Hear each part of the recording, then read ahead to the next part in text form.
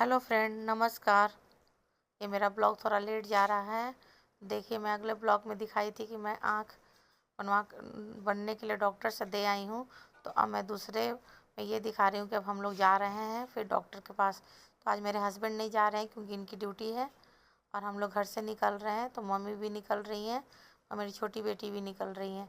तो ये लोग हमारे साथ नहीं जा रहे हैं। तो मेरे ब्लॉग में बने रहिए और देखते रहिए कि हम लोग कहाँ जा रहे हैं। तो मैं तो जा रही थी डॉक्टर के पास। देखिए, हम लोग निकल रहे हैं घर से जाने के लिए। और दिल्ली में इतनी कड़ाके की ठंड पड़ रही है, बहुत ज़्यादा ठंड पड़ रही थी।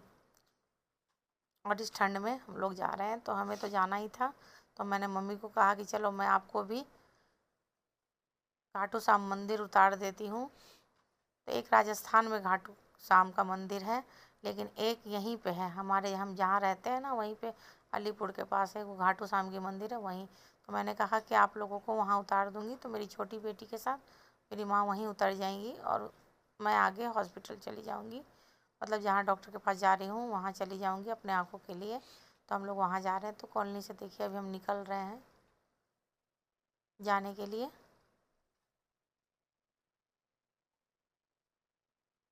और आज इतनी ठंड थी, बहुत ज़्यादा ठंड थी, मौसम बहुत ही ठंडा था।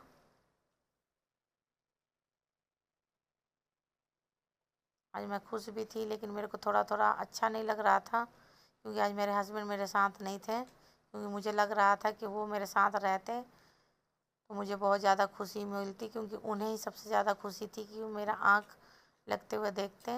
बेशक मेरे को रोशनी उस आँख से नहीं दिखेगी, लेकिन मेरे को ये लग रहा था कि वो मेरी खुशी, हर खुशी में मेरे साथ शामिल हों। लेकिन वो नहीं थे क्योंकि उनकी ड्यूटी थी, तो मेरे साथ नहीं जा रहे थे, लेकिन मेरे को लग रहा था कि वो मेरे साथ रहें। देखिए, घाटू श्याम का मंदिर अभी आ गया है। तो मैं मम्मी को और अपनी बच्ची को यहीं पे उतरेंगे वो लोग।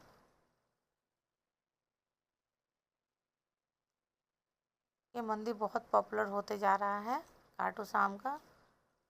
यहाँ बहुत लोग बहुत तादादों में आते हैं। ये अलीपुर के पास है। तो देखिए, अब वो लोग उतर गए हैं और वो मंदिर का वीडियो मैं आपको अगले ब्लॉग में ज़रूर ही दिखाऊंगी कि वो लोग मंदिर गए और कैसे दर्शन किए। और अब देखिए, हम लोग चल दिए हैं अपने डेस्टिनेशन की तरफ। तो हम लोग जा रहे हैं और वहाँ उतरेंगे। और देखिए, मैं दिखा रही हूँ कितना मतलब ठंडा मौसम था, बहुत ही ठंडा मौसम था। और मुझे इतनी ठंड लग गई थी और उसमें मेरे को जाना था क्योंकि मेरे हस्बैंड बोल रहे थे कि नहीं आप जाओ, आज ही जाओ। मैं सोच रही थी कि उनकी अगली छुट्टी में मैं जाऊं और तब मैं उनके साथ ही जाऊं और तब मैं अपना आँखों का दिखा के आऊँ। लेकिन वो कह रहे थे कि नहीं, बनने के लिए दिए हैं तो आप जाओ। तो मुझे काफ़ी ठंड लग गई थी, लेकिन फिर भी मैं गई अकेले। और देखिए, मैं दरियागंज अब उतर रही हूँ। मैं अपने डेस्टिनेशन के पास पहुँच गई हूँ। तो मैं उतर रही हूँ और गाड़ी वाले को हमने बोल दिया था कि हम आपको फिर से बुला लेंगे। तो वो गाड़ी वाले चले गए। और देखिए, हम डॉक्टर के पास पहुंच जाए। तो लिफ्ट थोड़ी ख़राब हो गई थी तो मुझे सीढ़ियों से जाना पड़ा। और देखिए, हम पहुंच गए हैं। पंकज कुमार जो आपको बताए थे उनके पास और डॉक्टर हैं। तो आप देख सकते हैं कि फिर वेट करवा रहे थे क्योंकि वो मेरे आँखों पे ही काम कर रहे थे। क्योंकि आँखों में देखना पड़ता है कि दूसरा आँख का कैसा डिज़ाइन है, कैसी पुतलियाँ हैं, हेलो। कैसा है। तो उनको मिलाने में काफ़ी टाइम भी लग हेलो। रहा था। कभी लाइट कट गया था, कभी लाइट आ रहा था, तो थोड़ा सा टाइम लग रहा था क्योंकि उसको बनाने में आर्टिफिशियल आई काफ़ी टाइम लगता है। फिर देखो, मेरे को लगाते हुए भी दिखाए हैं, बन गया है। काफ़ी शाम तक हो गया था हमें वहाँ पे। तो दिखा रहे हैं कि देखिए आपका लग गया। और काफ़ी अच्छे डॉक्टर, मतलब अच्छे हैं, अच्छे इंसान लगे। अपने बिहार के, जो भी बिहार में अगर शिक्षा पाता है, संस्कार पाता है, मैं नहीं कह रही हूँ सब लोगों को, लेकिन जो संस्कार पाता है, जिसे शिक्षा मिल जाती है, वो काफ़ी समझदार हो जाते हैं। और वो अच्छे लोगों को क्या, वो बुरे लोगों को भी, रास्ता भटके हुए लोगों को भी अच्छा गाइड कर देते हैं। तो मुझे तो बहुत अच्छे लगे क्योंकि अगर समझदारी काफ़ी अच्छी लगी मुझे इतना समझदार इंसान मुझे मेरे हस्बैंड जैसे, मतलब मेरे हस्बैंड बात करते हैं उस तरह से ये डॉक्टर लगे, तो मुझे बहुत अच्छा लगा इनसे मिल के भी। और जब ये मेरे आँखों का वो कर दिए तो मैंने इनको भैया बोल के आई कि आप भैया कम से कम आप मेरी कम से कम रोशनी नहीं दिए तो इस चेहरा तो कम से कम अच्छा बना दिए ना।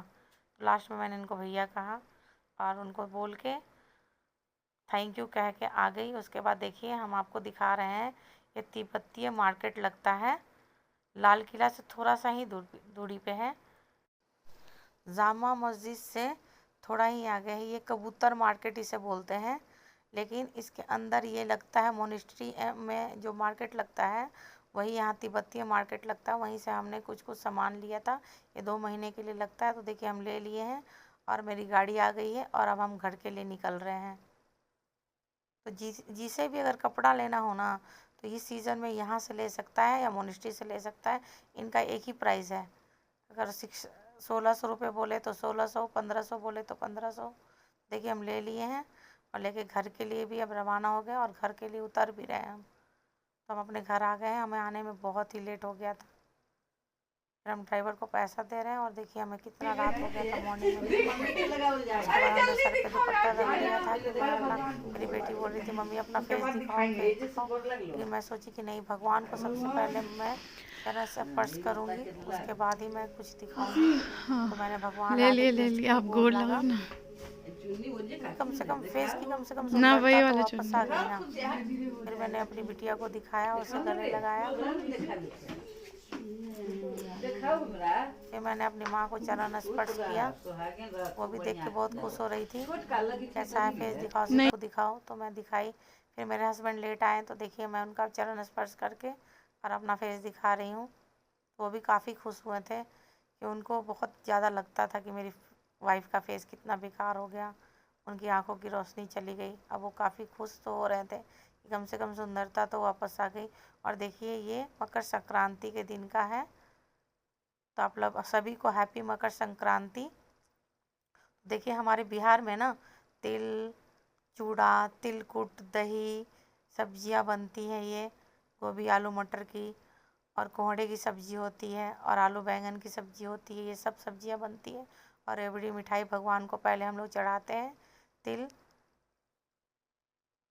इसलिए तिल चढ़ाया जाता है कि विष्णु जी को भी हम लोग अर्पण करते हैं तिल।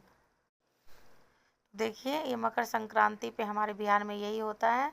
तो इस बार 144 साल के बाद महासंयोग बना था, महाकुंभ। तो अब प्रयागराज का सीन तो टीवी में सब देख ही रहे होंगे कि साधु से लेके सब कोई संयोग बना है। तो हमारे यहाँ क्या होता है कि सुबह सुबह पहले गंगा स्नान करते हैं, फिर सीधा के लिए चावल, गुड़, तिल ये सब छूते हैं, खिचड़ी के लिए चावल वगैरह सब दाल वाल छूते हैं पंडित को दान करने के लिए। और उसके बाद भगवान को तिल अर्पण करके और मुंह में तिल डालते हैं। और उसके बाद दही, चूड़ा, तिलकुट ये सब हम लोग खाते हैं, क्योंकि फिर भगवान विष्णु पे ये प्रसाद चढ़ता है। और उसके बाद तिल और खिचड़ी ये हम लोग क्यों बनाते हैं और क्यों चढ़ाते हैं, तो इसका भी विशेष है, मैं आपको बताती हूँ। तो खिचड़ी इसलिए बनाते हैं कि ये जो मौसम बदलता है और सूरज दूसरे उसमें जाते हैं, तो खिचड़ी हमारे पेट के लिए बहुत ही फ़ायदेमंद होती है। तो इसीलिए भगवान पे खिचड़ी चढ़ता है। तो मंगलवार होने के कारण हमने खिचड़ी नहीं बनाया था, तो हम दूसरे दिन बनाएंगे। जबकि पर्व में खिचड़ी नहीं लिया आता है, बनता है खिचड़ी, लेकिन हमारे तरफ कहते हैं इतवार और मंगलवार को खिचड़ी नहीं बनाते हैं। तो देखिए हम पहले तो भगवान को ये अर्पण किए हैं, तो जो हम आपको दिखा रहे हैं कि ये बनाते हैं और इस तरह से खाते हैं। तो क्या होता है, दही जमती है घर में और चूड़ा रहता है जिसको पोहा बोलते हैं दिल्ली के भाषा में। उस पोहे में हम लोग गरम गरम दूध डालते हैं बासमती चूड़ा के अंदर, और उसके अंदर दही डालते हैं और गुड़ डालते हैं, और सुबह सुबह वही खाया जाता है। और उसमें हम लोग सब्जी बनाते हैं और उसको प्रसाद को खाते हैं, फिर खिचड़ी बनाते हैं। तो खिचड़ी देखिए हम नहीं बना पाए थे, तो हम बुधवार को ये खिचड़ी बनाए थे। तो खिचड़ी में देखिए खिचड़ी रहती है, फिर चटनी है, देखिए चटनी हम लोग बनाए हैं 2 तरह का। उसके बाद चोखा होता है, दही होता है, पापड़ होता है, चिप्स होता है, तिलौड़ी होती है, मतलब हर चीज़ होता है। और देखिए घी के साथ जिसको खाना है वो घी के साथ खाता है, जिसको दही के साथ खाना है वो दही के साथ खाता है। तो मैं आपको वीडियो में बता रही हूँ कि देखिए किस तरह से और फिर मम्मी का एक ही बार पापा का फ़ोन आ गया रखा क्या कि सामान? नहीं आप अभी बेटे के पास आ जाइए। तो देखिए मम्मी तैयारी कर दिखाइए, रही अभी है सामान और है जाने के लिए। तो खोलिए खिचड़ी का और मैंने खोलिए मम्मी ना, को अभी खिला देखे दिया। सब उसके जगह बाद नहीं गाड़ी है। आ गई, हमें तो पता ही नहीं था मम्मी अभी जाएंगी। तो मेरे हाँ फादर बस का फ़ोन आ गया कि नहीं नहीं बेटे के पास भी 2 दिन रह लीजिए, उसके बाद चले जाइएगा। तो फिर मम्मी बोली कि देखो नहीं बूढ़ी नहीं जा अभी हम रही है जा रहे हैं सिप्पू, 2 दिन अपने वहाँ भी घर। रहेंगे, उसके बाद पापा के पास चले खोइंछा जाएंगे। नहीं ले पापा रही का है, तुम्हारा मन बोलिए नहीं लग बेटी रहा के है, यहाँ से खोइंछा मुझे नहीं लिया बुला लें जाता और है। मेरा भी मन नहीं लग रहा है। तो मैं बोली ठीक है। फिर मैं उनकी एक विदाई कर दी रिकॉर्डिंग हूँ। तो मिल मेरा जाएगा बेटा बेटा। जा रहा है उनको गुरुग्राम छोड़ने के लिए। फिर गुरुग्राम से वो 2 दिन बाद ट्रेन पकड़ेंगी, क्योंकि मेरा भाई वहीं रहता है गुरुग्राम। अभी वो पटना से आया हुआ है गुरुग्राम कुछ दिन रहने के लिए। मम्मी वहीं पे रहेंगी 2 दिन, उसके बाद चली जाएंगी। देखिए वो जा रही हैं। फिर नतनी आशीर्वाद ले दे रही है, वो तो नतनी के लिए थोड़ा भावुक हो जाओ रही है। कोई भी नानी जाती है तो अपने बच्चों के लिए भावुक होती हैं। जाओ जाओ। देखिए अब चली गई हैं। तो मेरा ब्लॉग देख कैसा लगता है आपको? अगर अच्छा लगता है तो प्लीज़ लाइक एंड सब्सक्राइब कीजिए और मेरे ब्लॉग में बने रहने के लिए थैंक यू।